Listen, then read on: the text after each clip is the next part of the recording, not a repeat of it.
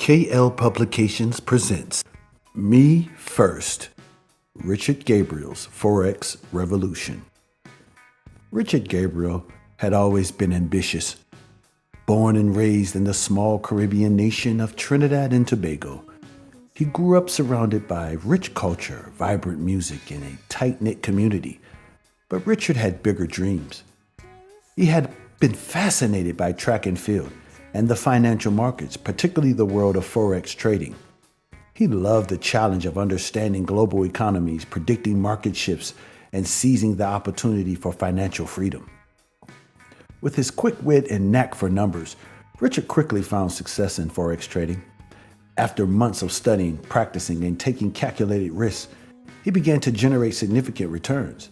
His success caught the attention of others in his community, and before long he was approached by friends and acquaintances who wanted to learn his methods.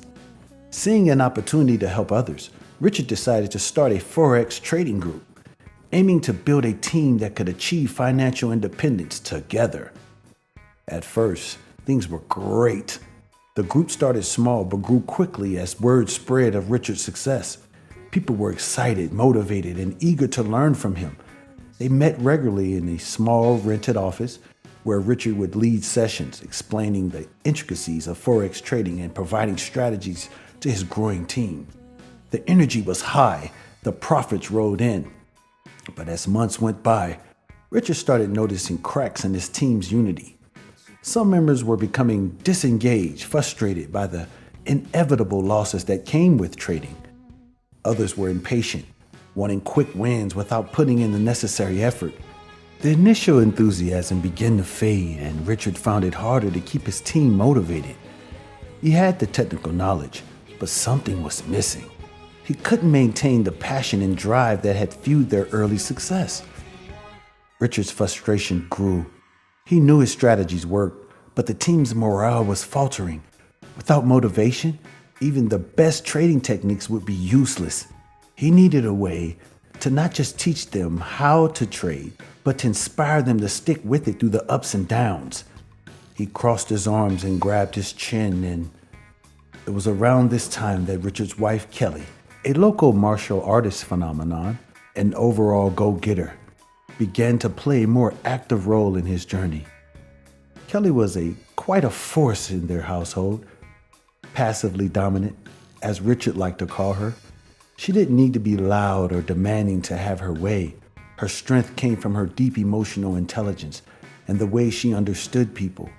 Kelly had watched Richard struggle with the team from a distance, and one evening she suggested a new approach.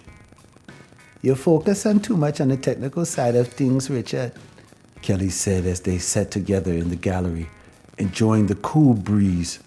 "Your team needs more than just strategies and numbers. They need to feel connected to you and to each other. You have to lead them emotionally, not just intellectually." Richard, initially skeptical, listened carefully as Kelly shared her thoughts. She had recently read a book called Primal Leadership by Daniel Goleman, which focused on the power of emotional intelligence in leadership. The idea was simple but powerful. Great leaders just don't lead with their minds, they lead with their hearts. They understand their own emotions and the emotions of others, and they use that understanding to inspire, motivate, and build trust. Kelly's words struck a chord with Richard. He realized that while he had been a great technical leader, he hadn't focused on the emotional needs of his team. They were frustrated, not just because of the losses, but because they didn't feel heard or supported. They needed a leader who could help them navigate the emotional roller coaster of Forex trading. Someone who could provide more than just answers, but also encouragement, empathy, and a vision for the future. Inspired by Kelly's advice, Richard decided to make some changes. The next time the team met, Richard didn't start with a technical lesson. Instead, he began by sharing his own journey, the challenges he had faced, the losses he had endured, the moments of doubt he had overcome. He was vulnerable, something he had never been with the team before. And to his surprise, the team responded with openness. They shared their own struggles, frustrations, and fears. The room, once tense and disconnected, began to feel like a community again. Richard started to implement the principles of emotional intelligence that Kelly had introduced to him. First, he focused on self-awareness. He made an effort to understand his own emotions, his frustrations with the team, his impatience with their progress, and even his fears of failure. By acknowledging his feelings, he was able to manage them better and approach his leadership role with more patience and empathy. Next, he worked on self-management. Richard learned to control his emotional responses, especially when things didn't go as planned. When a team member made a mistake, or when the market took a downturn, he stayed calm and composed, showing the team that setbacks were a natural part of the process and not something to be feared. His steady demeanor became a source of stability for the group. Social awareness became a key focus as well. Richard made it a point to listen more and to be more attuned to the emotional state of his team. He began to recognize when someone was struggling, not just with trading, but with life outside of the group. Whether it was offering words of encouragement or simply checking in, Richard showed that he cared about the well-being of each person on a deeper level. Finally, Richard focused on relationship management. He fostered a sense of community within the group, encouraging collaboration and teamwork. He stopped being the sole authority and instead created a more democratic environment where everyone's input was valued. He used his newfound emotional intelligence to resolve conflicts and build stronger bonds among the team members. The results were remarkable. Slowly but surely, the team's motivation returned. They were no longer just following Richard's leadership because he was successful. They were following him because they believed in his vision, in the team's potential in themselves.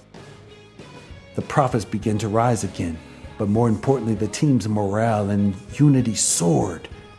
Kelly continued to be Richard's rock through it all.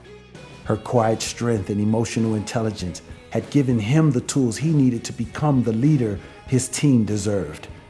And while Richard was the one who stood in the front of the group, he knew that Kelly's influence was woven into every success they achieved. In the end, Richard realized that true leadership wasn't just about being the smartest person in the room. It was about connecting with people on an emotional level, inspiring them to see the bigger picture, and guiding them through the inevitable ups and downs. By unleashing the power of emotional intelligence, Richard had not only saved his Forex trading group, but had built something far more valuable, a team that was resilient, united, and ready to take on the world. And in the heart of Trinidad and Tobago, what started as a small trading group had transformed into a movement of empowered individuals, thanks to the lessons Richard had learned from Kelly and Primal Leadership. Thank you for listening. Please subscribe.